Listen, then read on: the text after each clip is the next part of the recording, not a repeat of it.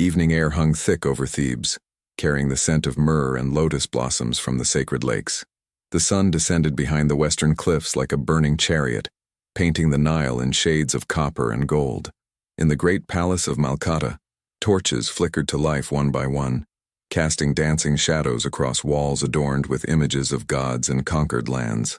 I stood at the edge of the royal garden, my linen dress stirring gently in the warm breeze. My name was Nefertari, though few in the palace knew my true purpose. To most, I was merely a temple priestess assigned to the household, but the truth was far different. I was the pharaoh's most trusted observer, his hidden eye within the palace walls.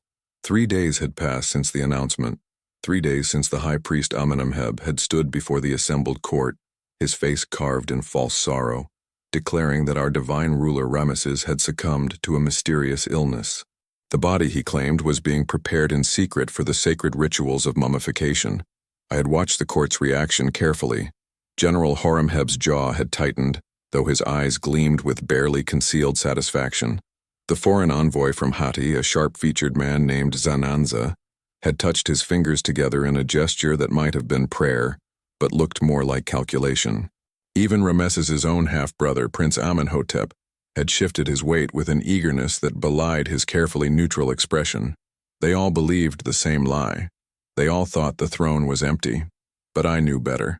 Because 4 nights ago, in the hidden chambers beneath the Temple of Amun, I had helped the pharaoh wrap himself in the coarse linen of a common laborer. I had watched him darken his skin with ash and oil, transforming his regal bearing into the humble slouch of a man who worked the fields. "They will reveal themselves now, Nefertari," he had said, his voice low and controlled. "When they believe the lion sleeps, the jackals show their teeth. I must see which of my trusted advisors are truly loyal, and which have been sharpening their knives in the darkness." Now, as I moved through the palace gardens, I could hear the whispers beginning. Servants spoke in hurried tones about divisions of land, about who would control the grain stores, about which general commanded the most loyal troops. I made my way toward the Hall of Columns, where the evening council was gathering. The hall was magnificent even in morning. Massive limestone columns rose like stone forests, each carved with hieroglyphs praising the gods. Torches set in bronze holders cast a warm glow across the polished stone floor. I took my position in the shadows near the eastern wall, where the priestesses traditionally stood during state functions. From here, I could observe without being observed. General Horemheb entered first, his military bearing unmistakable. His shaved head gleamed in the torchlight, and the gold collar around his neck proclaimed his rank. "The kingdom requires stability," Horemheb announced. "The armies must know they have strong leadership. I propose we establish a council of regency until the succession can be properly determined." High Priest Amenemheb swept in next, his white robes pristine. "The gods must guide us in this dark hour. The religious authority of Egypt cannot be separated from its temporal power." I watched as more figures arrived. Prince Amenhotep, wearing the cobra crown of a royal prince, the Vizier Passer, an elderly statesman who had served 3 pharaohs, the foreign envoys, including Zananza from Hatti, who watched everything with careful attention. What none of them knew was that outside, among the palace servants and workers, the pharaoh himself walked and listened. He heard their private conversations, their unguarded moments, their true feelings. As the council began their discussions, I noticed a pattern. Each speaker was carefully testing the others, probing to see who might be an ally. Horemheb suggested that military strength must be the foundation of any new government. Amenemheb countered that divine blessing through the priesthood was essential. Prince Amenhotep spoke eloquently about maintaining the royal bloodline, but beneath every word was the same unspoken question: who will truly rule Egypt now? As the council adjourned, I slipped away through the side corridor, making my way to the temple complex. In the innermost sanctuary of the Temple of Amun, I found the hidden entrance Ramesses had shown me. A section of wall, when pressed in the correct sequence, slid aside to reveal a narrow staircase descending into darkness. The chamber below was ancient, built long before the current dynasty. Here, away from all eyes, the pharaoh and I could meet safely. Ramesses was already there, still dressed in his laborer's disguise. But even covered in common cloth, his presence filled the small chamber. "Tell me what you observed," he said without preamble. I recounted everything, every gesture, every tone, every careful word. As I spoke, I could see the weight of what he was learning. Horemheb moves quickly, Rameses said quietly. He has already begun positioning his troops. The high priest Amenemheb sent word to the southern temples, I added. He is calling for a gathering of all major religious leaders. And my half-brother? I hesitated. Prince Amenhotep met privately with both Horemheb and Amenemheb, separately but within the same evening. He is playing all sides. Rameses closed his eyes for a moment. When he opened them again, something cold and terrible had settled there. My own blood. There is more, I said softly. The Hittite envoy Zananza has been sending messages to Hattusa. He writes that Egypt is in chaos, that now would be an opportune time to press territorial claims in Syria. The pharaoh's hands curled into fists. How long? The funeral rites are scheduled to begin in 8 days. During that time, the kingdom will be in official mourning, with the Regency Council holding temporary authority. That is when they will truly move. Then we have 8 days to see all the betrayals revealed, Rameses said. 8 days for the traitors to fully expose themselves. The festival of Opet begins in 6 days, I said. The entire court will process from Karnak to Luxor Temple. It would be the perfect time for conspirators to meet more openly. Then that is when we will watch most carefully. Rameses agreed. We spoke for another hour, planning the details of our surveillance. As I prepared to leave, he caught my arm gently. Nefertari, if anything should happen to me, you have the documents hidden in the third chamber, the true account of everything. I promise, but you will see it done yourself. The traitors believe they face an empty throne. They don't realize they face a lion who has simply changed his coat. I left him there and made my way back up into the temple. As I walked through the complex, I passed groups of priests, servants, and guards. Any one of them could have been the pharaoh and no one would know. The most powerful man in the known world had made himself invisible. They thought the pharaoh was gone. They thought they could divide his kingdom. I smiled in the darkness. They had no idea he was watching them. The morning of the Opet festival dawned clear and hot. The entire city of Thebes seemed to vibrate with anticipation. Even in official mourning, the religious significance of the festival could not be ignored. I rose before dawn and performed my ablutions in the sacred pool. As I dressed in my finest linen gown, I contemplated the days ahead. The Opet festival would last nearly 2 weeks. A procession of the sacred bark of Amun from Karnak to Luxor Temple. During this time, the entire court would be in constant motion, attending ceremonies and conducting business between religious observances. It was the perfect cover for conspiracy.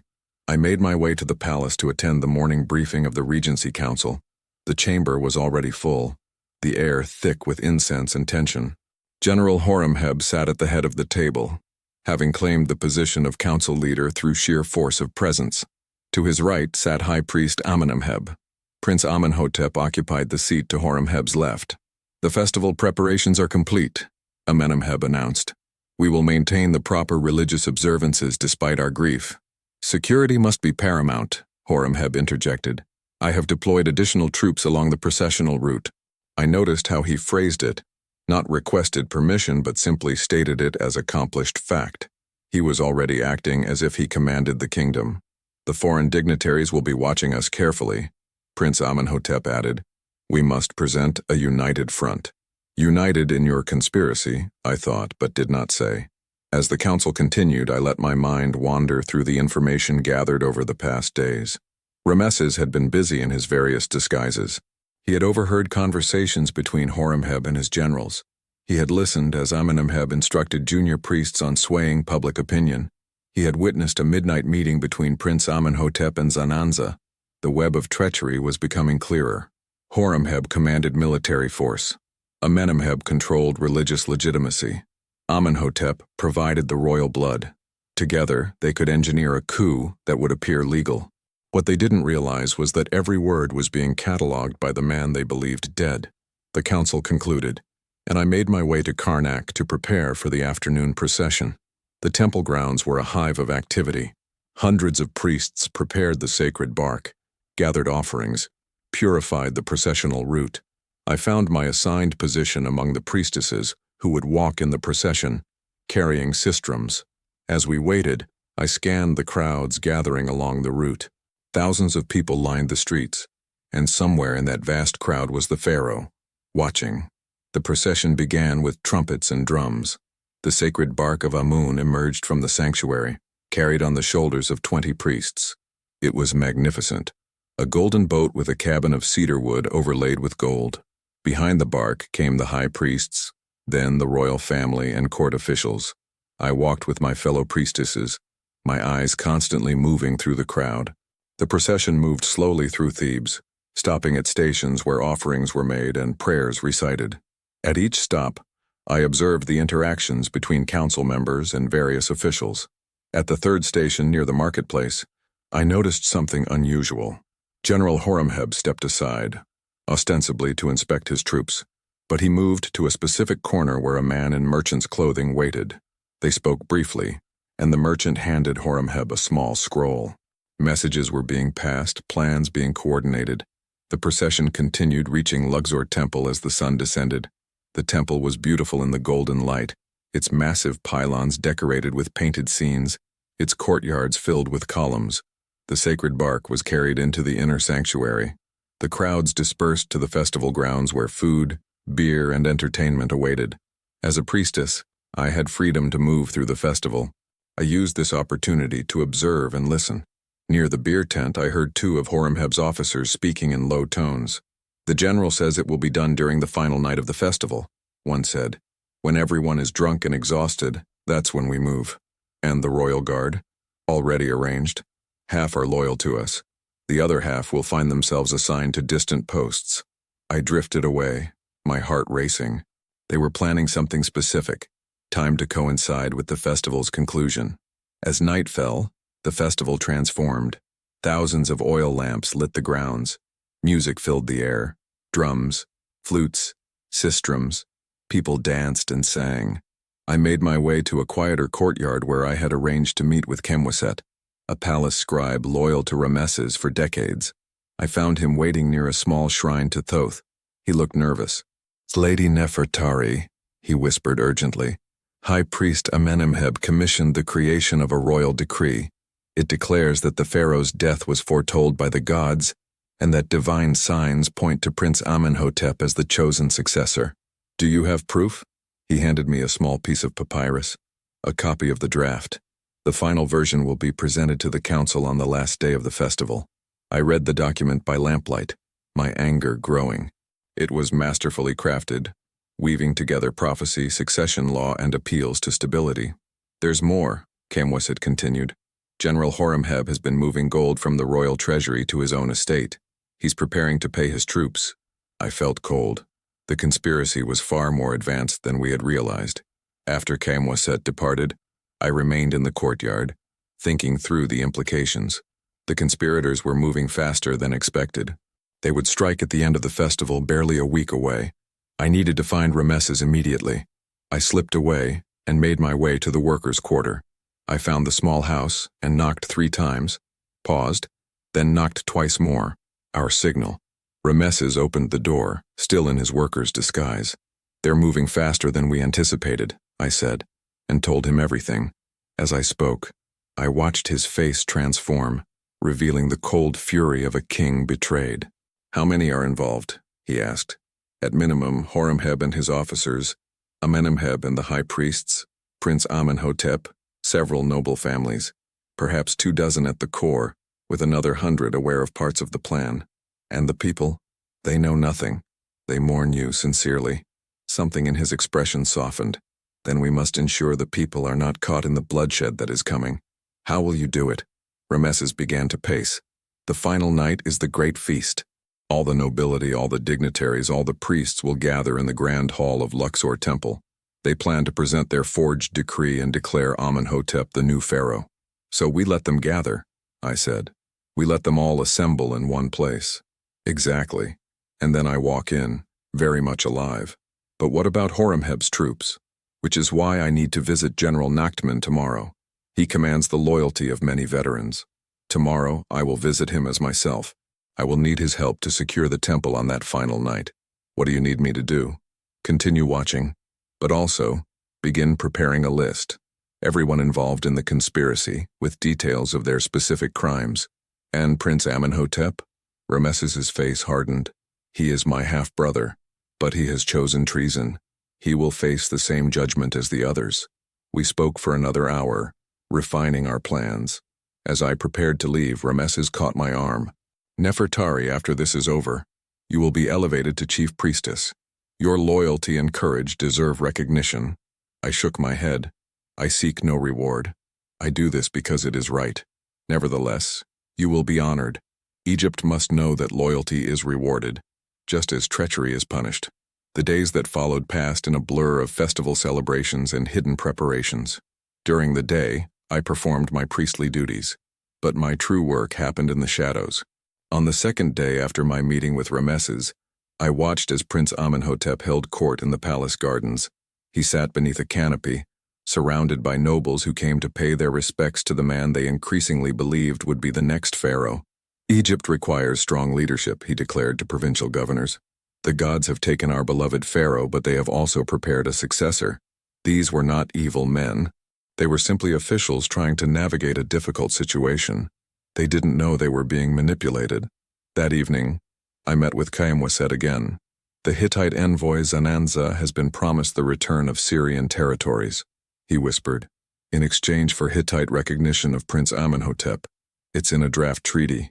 My blood ran cold. Rameses had fought for years to secure those territories. Now Amenhotep was prepared to give away what thousands had died to defend.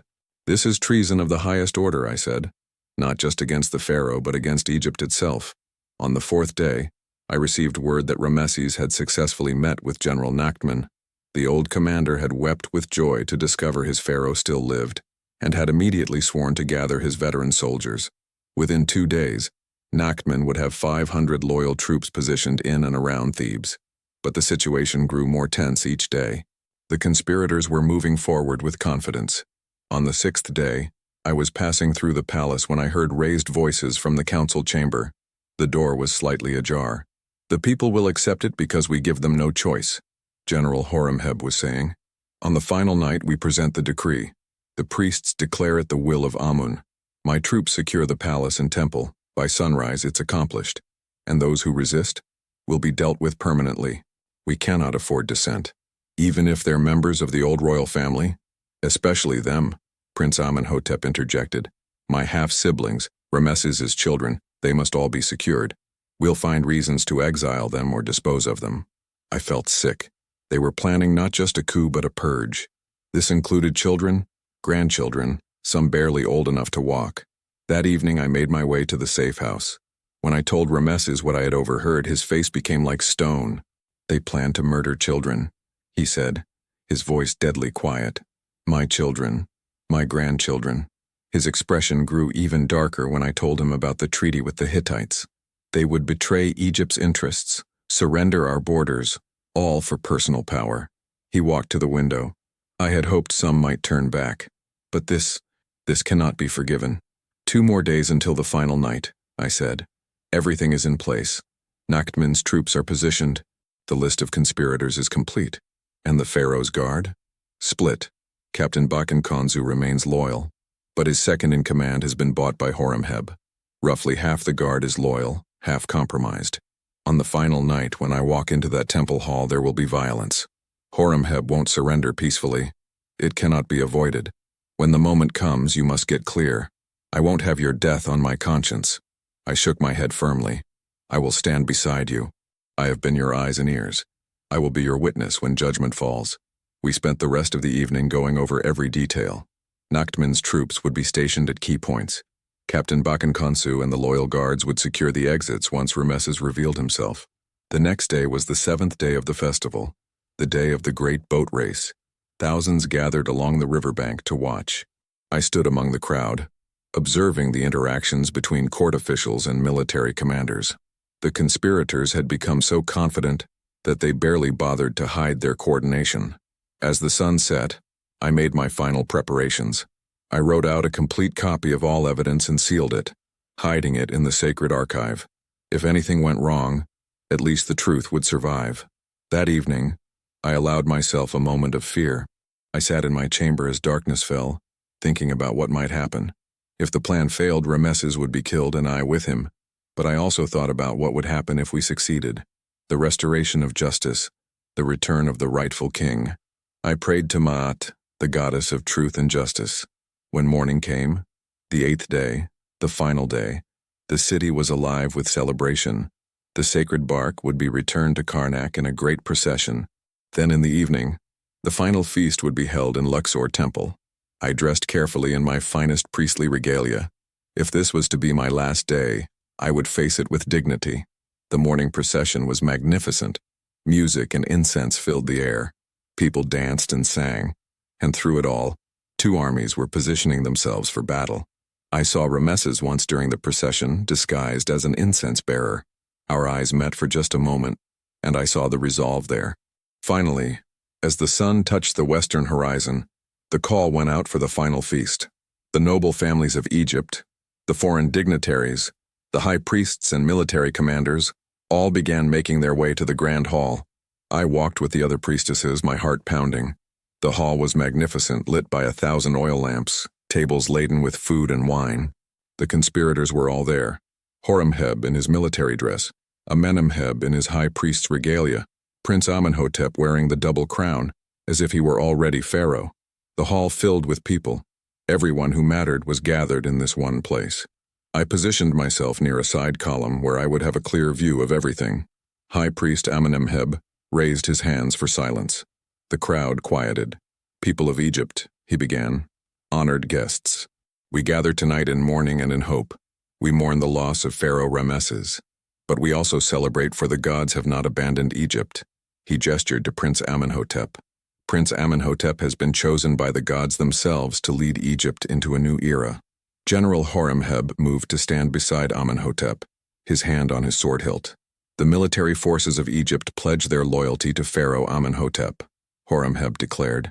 Amenemheb produced the scroll, the forged decree.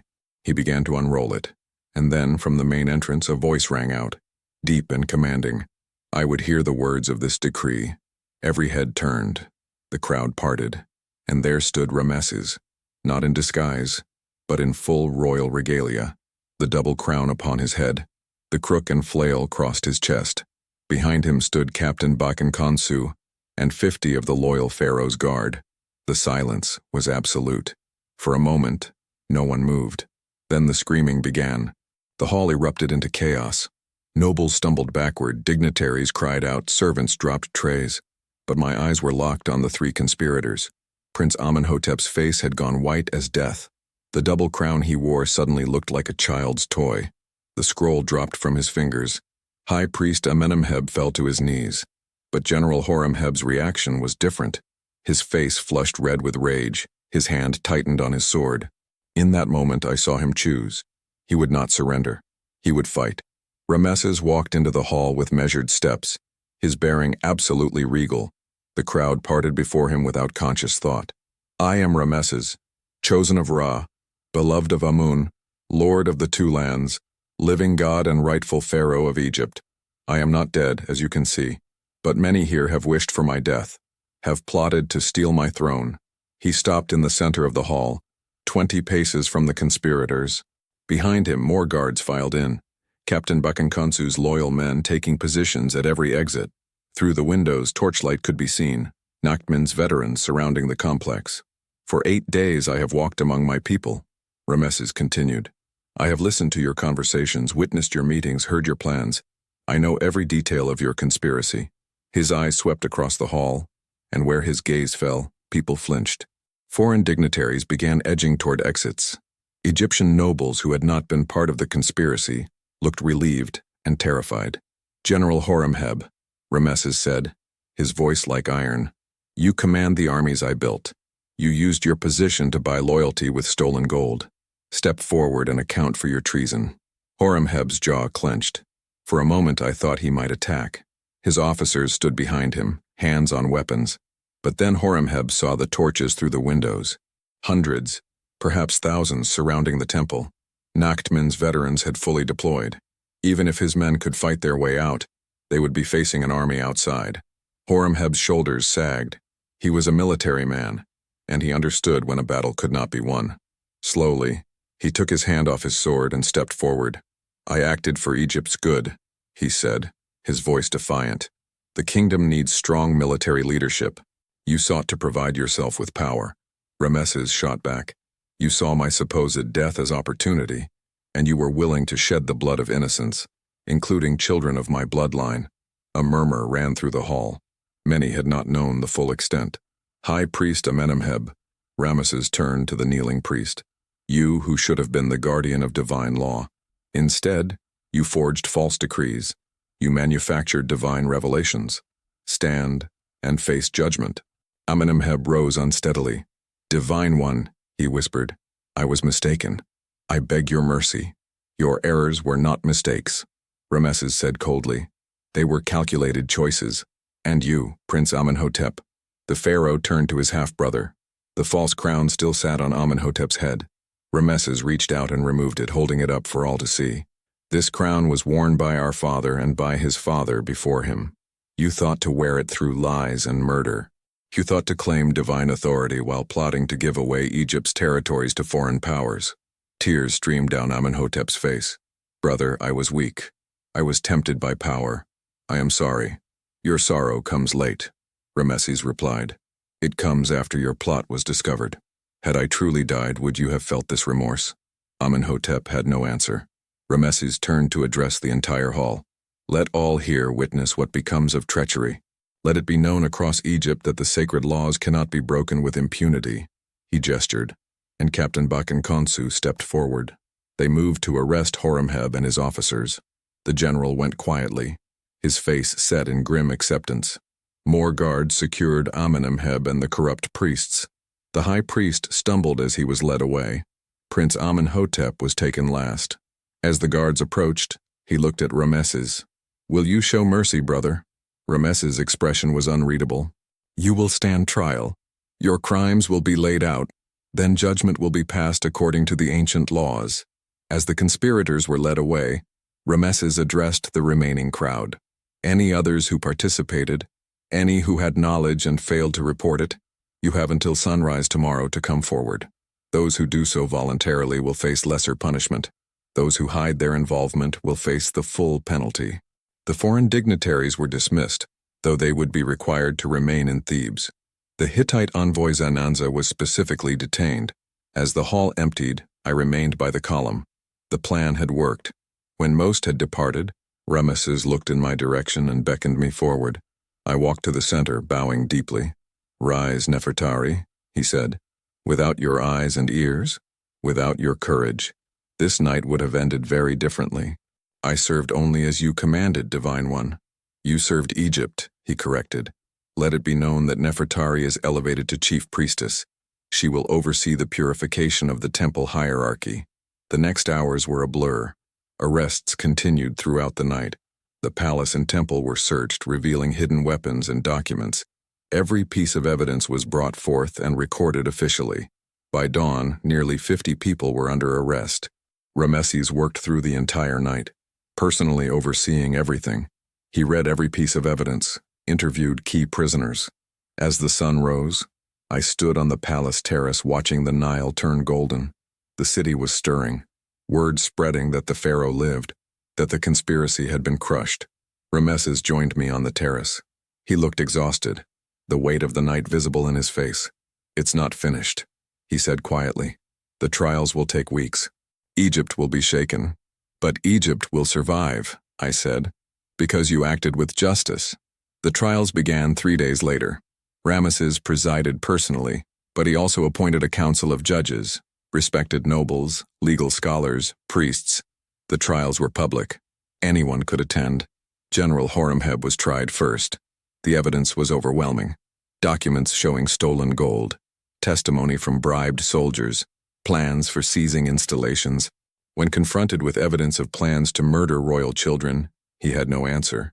The verdict was inevitable: death by execution, property confiscated, family names stripped of honors. High Priest Amenemheb's trial revealed the full extent of religious corruption. He had forged the decree, embezzled temple funds, accepted bribes. The religious judges were particularly harsh. To betray sacred duties was among the worst of crimes. Amenemheb too was sentenced to death, his name to be erased from temple records. Prince Amenhotep's trial was the most difficult. As royal family, his betrayal cut deeper. The evidence showed he had been the linchpin, providing the royal blood that made the coup appear legal. He had been willing to surrender Egyptian territory to the Hittites. This was treason against Egypt itself. When asked to defend himself, Amenhotep could only weep and beg for mercy. Rameses's face was like stone as he pronounced judgment. "You are my brother, but you ceased to be my brother when you put personal ambition above loyalty. For these crimes, death is the only appropriate sentence." But then Rameses added something unexpected. "However, you are still of the blood of pharaohs. I will not have you executed like a common criminal. You may take poison in private, sparing yourself public execution. This mercy is granted for the memory of our father." Amenhotep accepted this final mercy with tears. 2 days later, word came that he had drunk the poison and died quietly. Over the following weeks, the remaining conspirators were tried. Some received death sentences, others exile. The severity matched the crime. Throughout all of this, I worked to purify the temple hierarchy. Corrupt priests were removed. Temple finances were audited and reformed. A month after the final feast, Rameses called me to his private chambers. He looked older, aged by the burden of judgment. "It's done," he said simply. "The conspiracy is crushed, the traitors punished, the government purified. Egypt is secure, thanks to your wisdom in watching rather than acting rashly," I said. "If you had revealed yourself immediately, many conspirators would have hidden their involvement. But by waiting, you let them reveal themselves completely.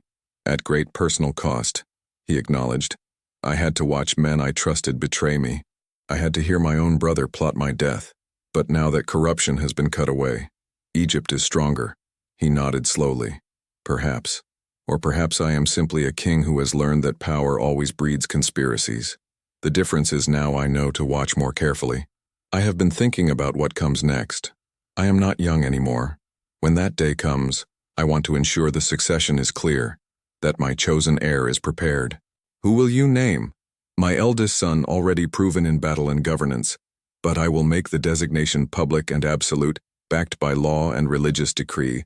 There will be no ambiguity. A wise choice. And you, Nefertari, as chief priestess, you will help ensure the religious establishment understands their proper role, to serve the gods and support lawful order, not to manipulate divine will for political purposes. I will, Divine One. The priesthood will be reformed. Never again will corrupt priests forge false decrees." As I prepared to leave, Rameses stopped me. "Thank you, Nefertari, not just for your service during the conspiracy, but for your loyalty, your courage, your willingness to bear witness to difficult truths. You are Egypt's rightful ruler chosen by the gods. Supporting you was simply doing what was right."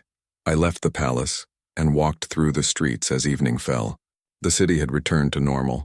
Merchants in their stalls, children playing, workers heading home. The conspiracy that had nearly torn Egypt apart was already fading into history. But I knew the lessons would endure. Future pharaohs would hear the story of Rameses, who pretended to be dead to catch traitors. Future nobles would remember what happened to Horemheb and Amenemheb. Future princes would recall the fate of Amenhotep. Most importantly, the people of Egypt would remember that their divine ruler had been willing to walk among them in disguise, to see them as they truly were. That evening, I stood once more at the Nile's edge, watching the sunset. The river flowed eternal and unchanged, and I smiled, knowing that when the conspirators had thought the pharaoh was gone, he had been watching them all along. The most dangerous ruler is the one who pretends to be dead and sees everything.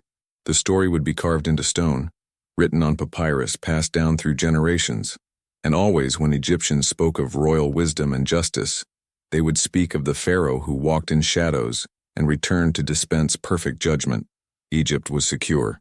The conspiracy was crushed. Justice had been served.